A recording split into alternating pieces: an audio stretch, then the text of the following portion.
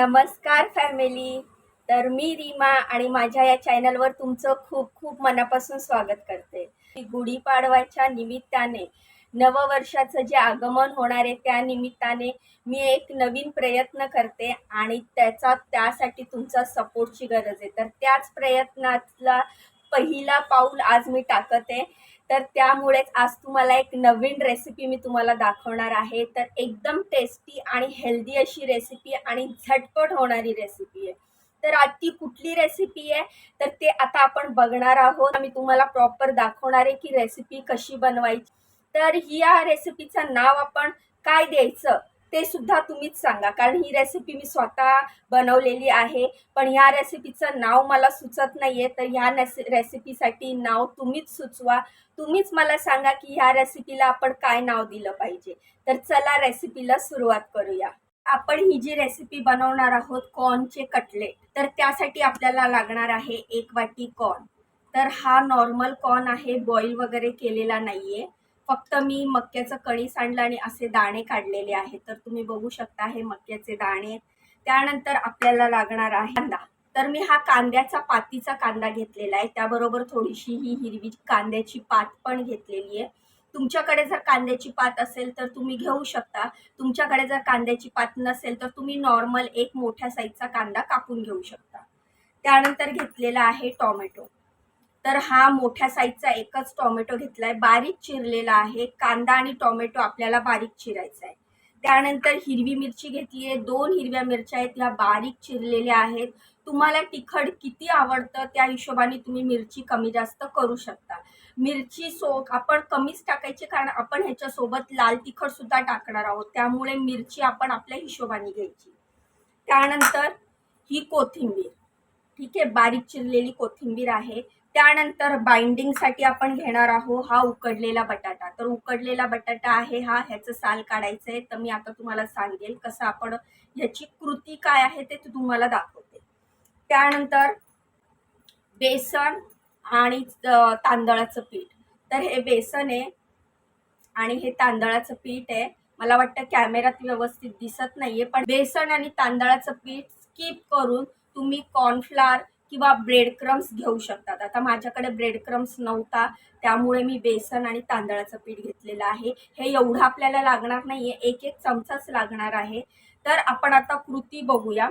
आणि आपले घरगुती मसाले, धणा पावडर, जिरा पावडर, लाल तिखट, मीठ हे सगळं लागणार आहे. म्हणजे ही जी रेसिपी आपण बनवतोय ही घरगुती घरातल्या आपण वस्तूंनीच बनवू शकतो, झटपट बनवू शकतो. मुलांना नाश्त्याला, टिफिनला देऊ शकतो. घरात अचानक पाहुणे आले त्यांना देखील देऊ शकतो.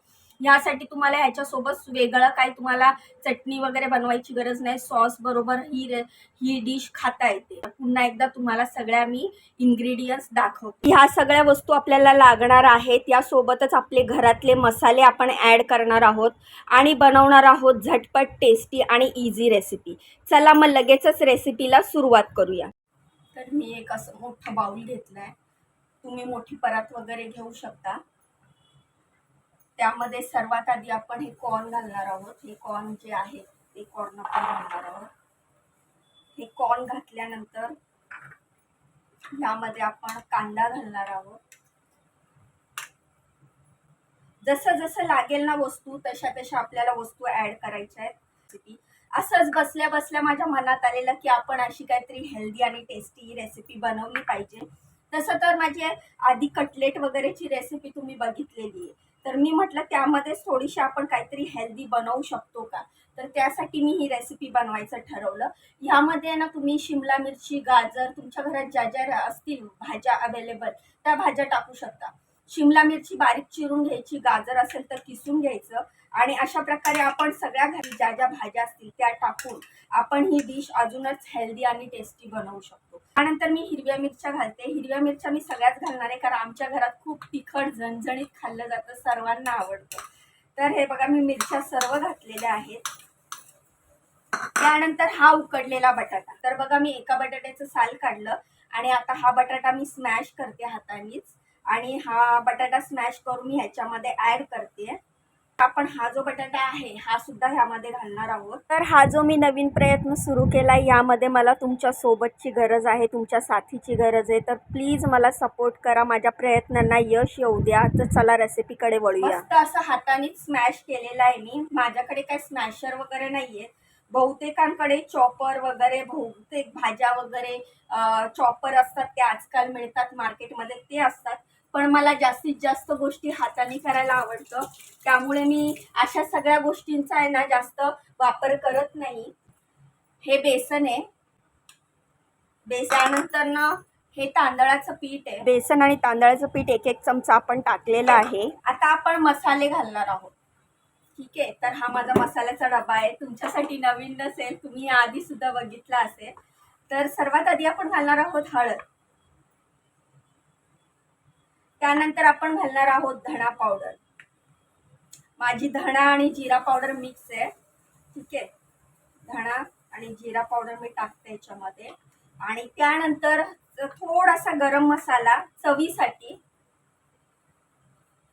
म्हणजे ह्या चमच्यानी 1 चमचा पकडून चला तुम्ही, म्हणजे आपला टेबल स्पून असतो हा वाला, ह्याच्याने अर्धा चमचा. ठीक आहे, आणि लाल तिखट आपण ऑलरेडी हिरव्या मिरच्या घातल्या आहेत, त्यामुळे लाल तिखट आपल्याला हिशोबानेच घालायचं आहे. तर मी ह्या चमच्याने 1 चमचा लाल तिखट घालते, आणि तुम्ही तुमच्या हिशोबाने तिखट कमी जास्त करू शकता. तर आता आपले मसाले घालून झालेले आहे.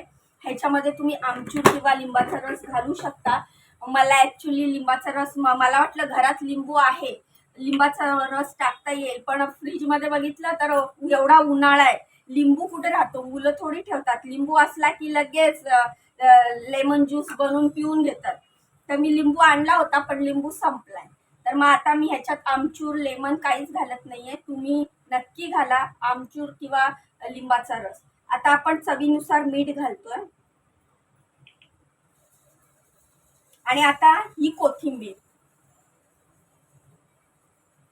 आता आपण हे सर्व मिक्स करून घेणार आहोत. तर रोजच्या रोज अशाच टेस्टी आणि युनिक रेसिपी बघण्यासाठी आत्ताच व्हिडिओला लाईक करा, चॅनलला सबस्क्राईब करा. चॅनलला सबस्क्राईब केल्यानंतर बाजूचं बेल आयकन दाबा, जेणेकरून मी माझ्या चॅनलवर रोजच्या रोज जी नवीन टेस्टी रेसिपी अपलोड करेल त्याचे नोटिफिकेशन तुम्हाला मिळेल, आणि एकही रेसिपी, एकही व्हिडिओ स्किप होणार नाही. तर आता मी हा नवीन प्रयत्न सुरू केलेला आहे, कारण काही दिवसापासून मी बघते माझ्या चॅनलवर जे आहेत ते सबस्क्रायबर आणि वॉच टाइम कमी व्हायला लागलाय. तर मला असं वाटलं की माझीच काहीतरी चुकी होते, माझं काहीतरी चुकतंय.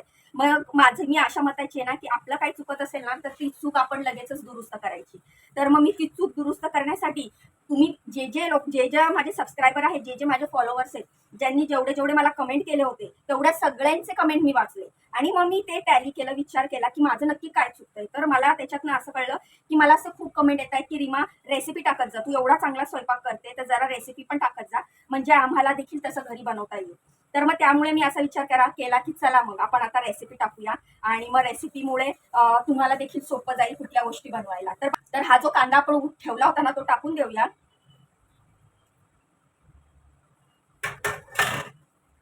आणि हे मस्त असं झालेलं आहे बाइंडिंग, आणि ह्याचे मस्त असे आपले कटलेट होणार आहेत, कारण की ते आपल्याला हाताने जेव्हा आपण ते मिक्स करतो ना आपल्याला जाणवतं.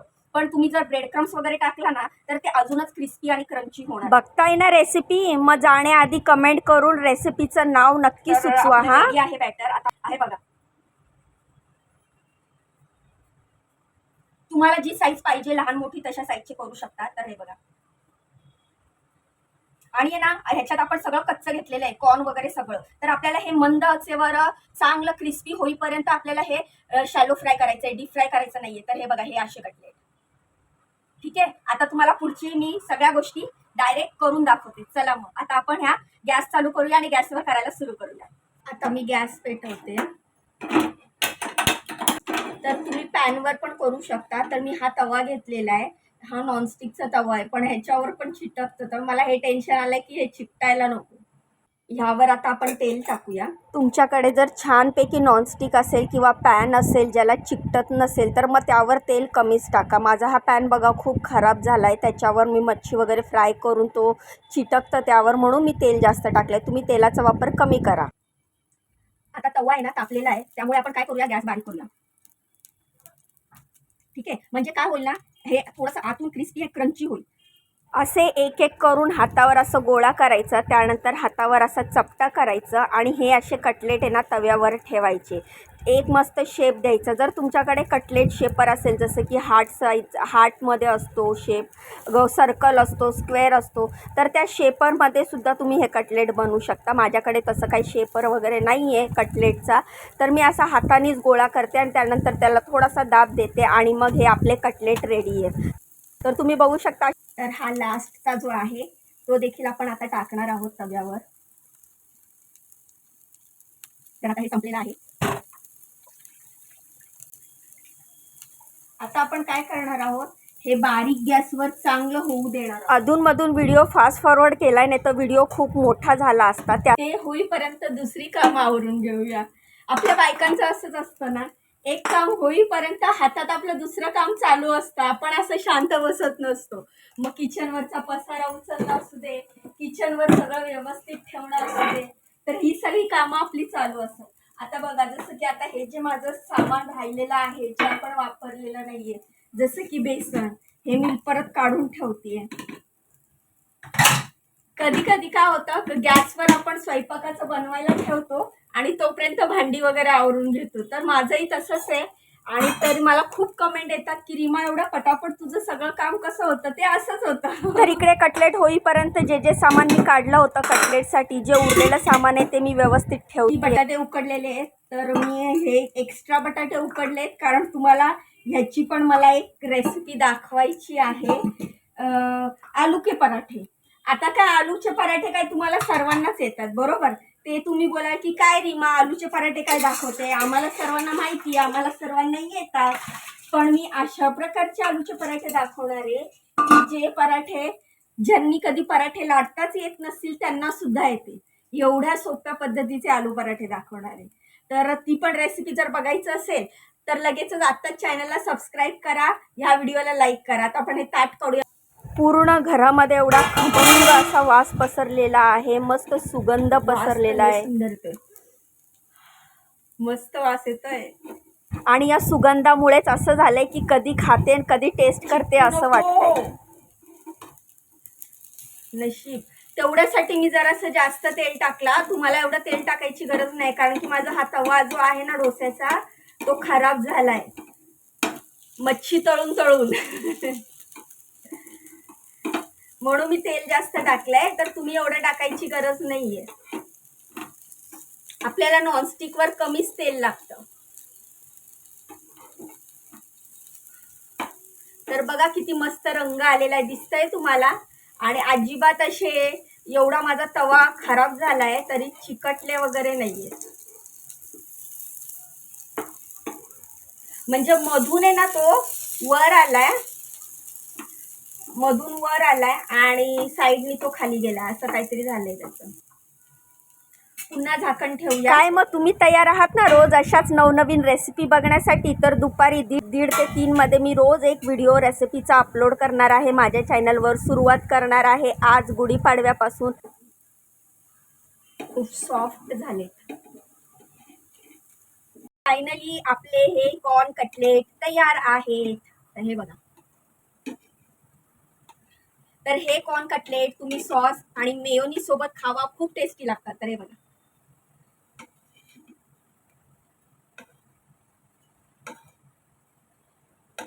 कॉर्न जेव्हा हे असे मस्त क्रिस्पी होतात ना, तेव्हा खूप सुंदर लागतात. तर हे आपले कॉर्न कटलेट रेडी आहेत.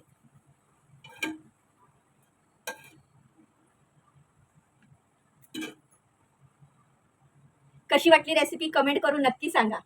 तर रेडी आहेत आपले कॉर्न कटलेट. आता आपण हे सर्व करूया. चला मग. हे बघा, आता हे मी मेयोनीज सोबत खाणार आहे, तुम्हाला दाखवते. खूपच मस्त झालेले आहेत, खूपच टेस्टी झालेले आहेत. तुम्ही नक्की ट्राय करा. फक्त एवढंच की बारीक गॅसवर होऊ द्यायचं, खूप छान होतात. तर तयार आहेत आपले कॉर्न कटलेट. तर तुम्ही मला ह्या रेसिपीचं नाव कॉर्न कटलेट बरोबर आहे का आणखीन कुठलं नाव सजेस्ट करताय तर मला नक्की नाव सुचवा. तर अशी आहे आपली ही टेस्टी आणि मस्त हेल्दी अशी रेसिपी कशी वाटली कमेंट करून सांगा. व्हिडिओला लाईक करा, चॅनलला सबस्क्राईब करा, खूप छान छान कमेंट करा, रेसिपीचं नाव नक्की सुचवा. मला सपोर्ट कराल ना. आणि हे टेस्टी कॉर्न कटलेट तुम्ही नक्की बनवून बघा. चला मग भेटूया नवीन रेसिपीमध्ये, तोपर्यंत बाय.